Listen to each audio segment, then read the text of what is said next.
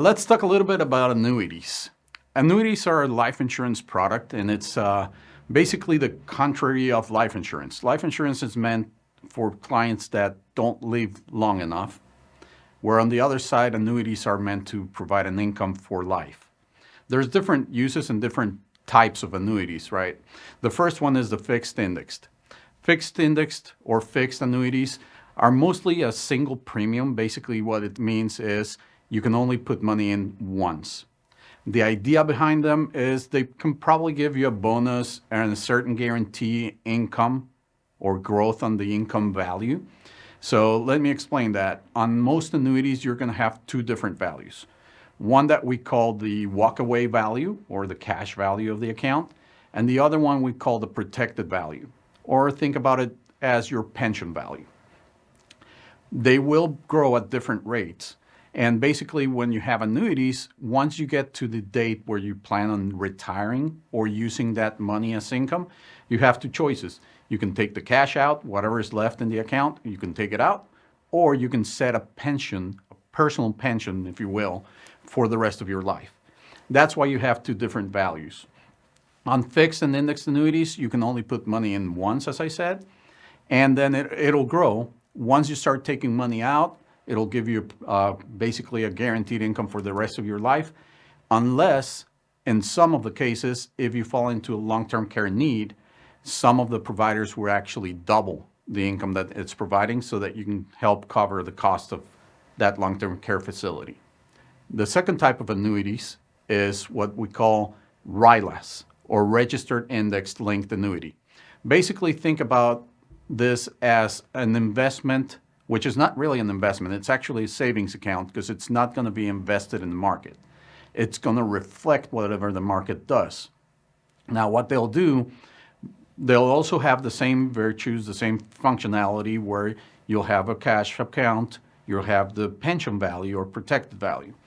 What this kind of annuities do is that they'll get you whatever the market is doing, and on the low side, instead of making you risk the market and be in potential of losing money, they can give you certain guarantees, or they call them buffers or floor. We call them basically a rebate. Think about it, if you're going shopping and you buy something and it costs you 20 bucks and they give you a rebate for 15. At the end of the day, the company returned 15 to you, you only spent 5. That's the way RILAs work on the downside. If you invest your money and you have a buffer for 15%, the market goes down 20, the company will rebate you, quote unquote, that 15%, so your net loss will only be 5. You can set those at different levels. They go from 5, 10%, 20%, all the way to 100% protection. It just determines how much growth you're going to have. Now, these annuities also have the protected value that you can use for income, and they do at some points, depending on the company, have the trigger of the long-term care where it'll double your income. Next, we have what's called an IOVA, investment only variable annuity. Basically, the only use for this annuity is tax deferral. The benefit of it is if you have a wealthy client that has a lot of money that they want to give to their family, you can actually skip taxes for 1 or 2 generations by placing the money into an IOVA. Okay? Basically, whatever's in the annuity will not pay taxes as it grows. It'll pay taxes when you take the money out. So in essence, it's a great tax deferral vehicle for people that maybe make too much money for a regular IRA or 401k. They just want to put money into something. Those are also a variable or flexible premium, meaning you can put money in once or you can put money every month. You don't have to, but you can. There's a minimum normally about 10 to 15 grand, but there's no maximum. So you can keep putting money in, put money when you have more money, stop paying when you don't have money, and it'll still grow. The last type of annuity is what's called the variable annuity. And the variable annuities have what's called riders, okay? Basically, you have the income rider and you have a death benefit rider. If you talk about the income rider, it's as we talked. You're going to have two different values. The cash value, or we call it walkaway value, and your protected value or pension value. Now, on the variable annuity, the cash value is going to work according to the market.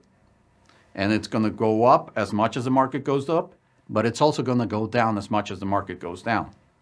That's where the trigger of the rider for the income works or kicks in. Because basically, anytime it goes up, that benefit or protected value will lock every year, every 3 months, depending on the product and the provider. But once it locks, your pension will never go down from that. It will always be there, plus a guaranteed growth that it might have in the product. So even though the market might go down and you might, quote unquote, lose 20%, 30% of your cash value, your income value or protected value will never decrease. So most of those annuities, in difference to all the other ones, if it's an income product, you normally don't want to use that on anyone under 45 years old. It just doesn't make sense. The expenses are going to eat it up. It's going to be a mess. You don't want to go there. The other ones, there's certain justifications for most of them. I would say the fixed and indexed, you want to use whenever someone's going to start using that income benefit in the next 3 to 5, maybe 7 years. If it's longer than that, a variable product might be better off. If it's someone that's not ready for the income, then the RILA or the registered indexed annuity might be the place to put the money, or the IOVA, depending on, again, the needs of the client.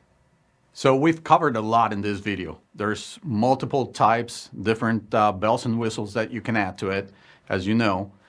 So you always have to do your due diligence, work with some of your trainers to find out what the right product is for the client situation, and then go and do that. Remember, it's not about us, it's about the client and doing what's best for the client. So with that being said, study it, work on it, do the right thing for the client, and good luck.